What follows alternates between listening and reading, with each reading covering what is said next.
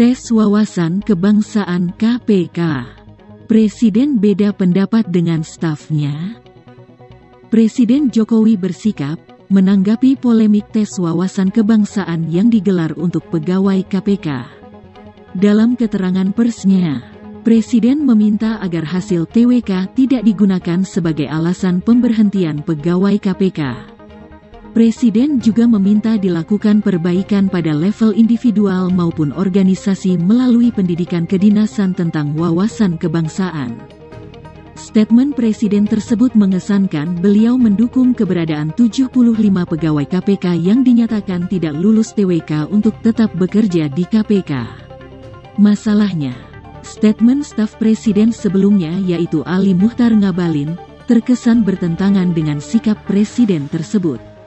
Bahkan dia menyebut tokoh-tokoh yang kritis terhadap kebijakan TWK sebagai orang tolol, berpikir terbalik dan berotak sungsang. Pernyataan tersebut menimbulkan gejolak baru dengan organisasi tempat di mana tokoh-tokoh yang disinggung oleh Ali Ngabalin itu beraktivitas. Sungguh sebuah pernyataan yang kontraproduktif.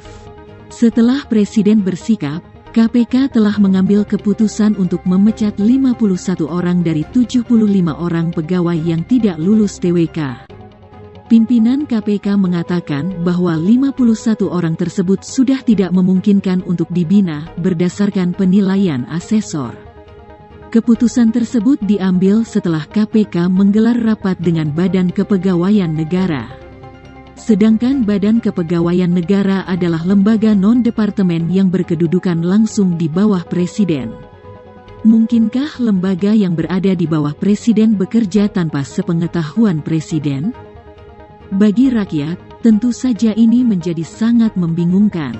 Karena rakyat tidak tercerahkan akan sikap pemerintah yang sebenarnya. Jadi, yang mau protes pada bingung. Protes ke pemerintah, apa individu?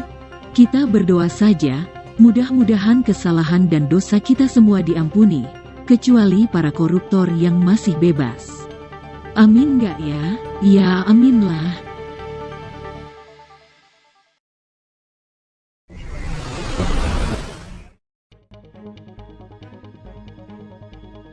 Israel teror warga Palestina, berani dikeroyokin. Israel telah melancarkan serangan bertubi-tubi ke jalur Gaza dan berhasil menghancurkan gedung-gedung dan membunuh rakyat sipil yang tidak bersalah. Salah satu gedung yang terkena serangan adalah kantor Associated Press dan Al Jazeera. Ini benar-benar culas, seolah Israel ingin menutup informasi ke dunia luar. Ini adalah pelanggaran berat hak asasi manusia dan norma-norma yang disepakati secara internasional. Israel bahkan menuduh Hamas bersembunyi dan mengembangkan senjata di gedung tersebut. Namun tuduhan Israel itu tanpa disertai bukti. Sikat dulu, baru cari bukti. Mungkin cara itu sedang ngetren dan efektif dilakukan di berbagai negara termasuk di negara kita. Serangan Israel yang membabi buta itu mengundang kemarahan warga di berbagai belahan dunia, baik negara berpenduduk mayoritas Islam maupun yang tidak. Mereka berbondong-bondong turun ke jalan untuk menyatakan sikapnya menentang agresi militer yang dilakukan oleh Israel dan menuntut untuk segera menghentikan aksi tersebut. Syria dan Lebanon bahkan sudah meluncurkan serangan roket ke arah Israel. Belum lagi Yordania, Turki dan Rusia yang sudah bersiap untuk ngeroyok negara yang jumawa itu. Beruntung, sidang PBB sudah diadakan untuk menghentikan pertikaian di jalur Gaza antara dua pihak atas rekomendasi dari Mesir. Gencatan senjata pun disetujui, baik oleh pihak Israel maupun Palestina. Sebelum dilaksanakan sidang PBB tersebut, beredar berita bahwa roket-roket jadul Hamas berhasil menembus pertahanan Iron Dome Israel yang terkenal canggih itu. Pertinyi ini. Apakah Israel tetap menyetujui gencatan senjata jika tidak diancam oleh militer berbagai negara? Dan, apakah Israel akan setuju gencatan senjata andaikan roket-roket Hamas gagal menembus Iron Dome? Buktinya, tak lama setelah kesepakatan gencatan senjata, Israel tetap melakukan aksi-aksi serangan kepada warga seusai sholat Jumat di kompleks Masjid Al-Aqsa.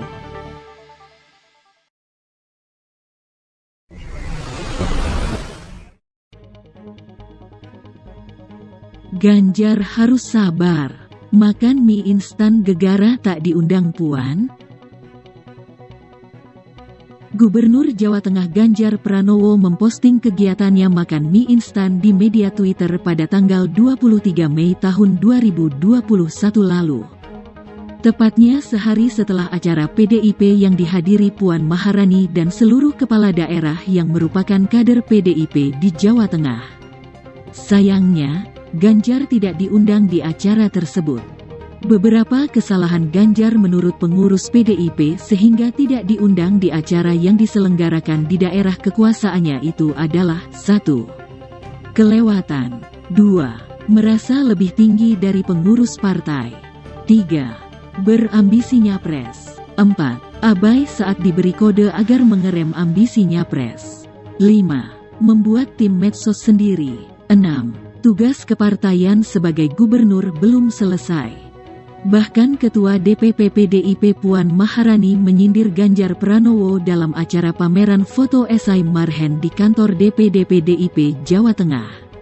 Kata Puan, pemimpin itu adalah pemimpin yang memang ada di lapangan, bukan di sosmed. Saat dikonfirmasi oleh awak media, Ganjar mengatakan bahwa kegiatan sosmednya sudah dilakukan sebelum menjadi gubernur Jawa Tengah.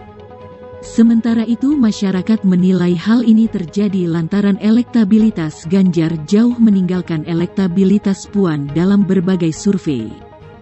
Ganjar meraih angka presentase yang cukup tinggi dengan angka rata-rata di atas 10%, sementara elektabilitas Puan rata-rata hanya di bawah 3% saja. Berbagai survei tersebut dilakukan oleh lembaga survei pada kurun waktu kuartal pertama tahun 2021. Tentu saja ini belum membuktikan bahwa Ganjar sudah layak untuk maju dalam pemilihan presiden di 2024 nanti. Tenang aja, Belanda masih jauh. Yang sabar ya Mas Ganjar, kalau sabar, pasti dapat ganjaran.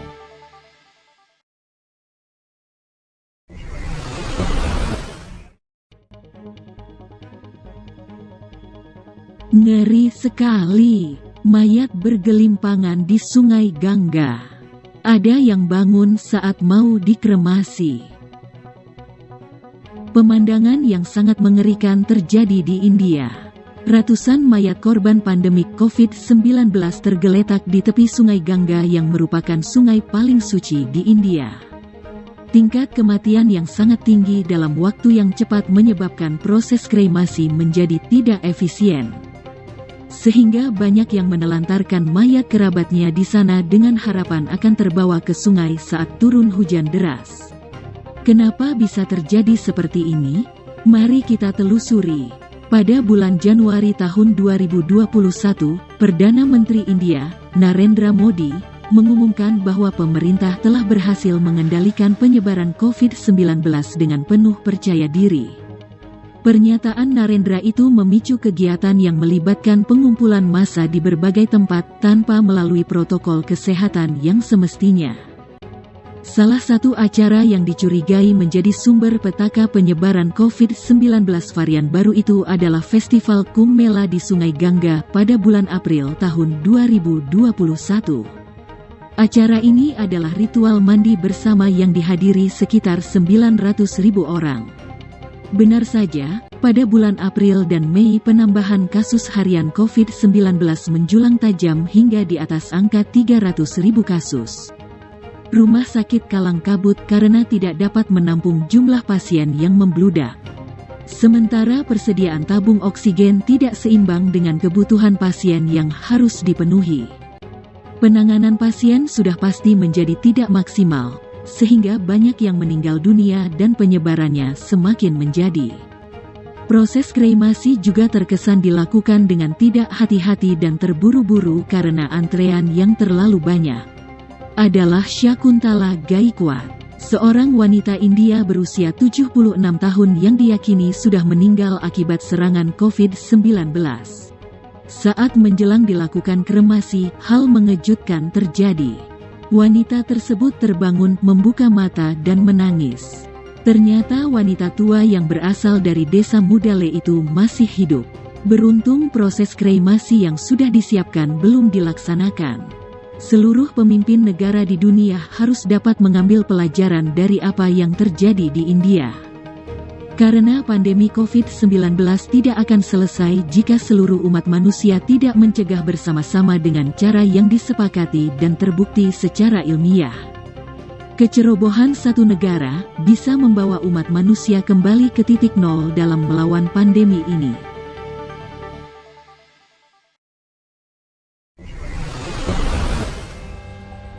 Demikian trending akhir pekan kali ini. Saya akan menutup dengan sebuah pantun. Buah nangka ditaruh mangkuk, ditabur gula aduh manisnya. Kalau kamu suka sama Mbak Yayu, jangan lupa tekan subscribe dan like-nya. Saya, Mbak Yayu, undur diri. Sampai jumpa di episode berikutnya.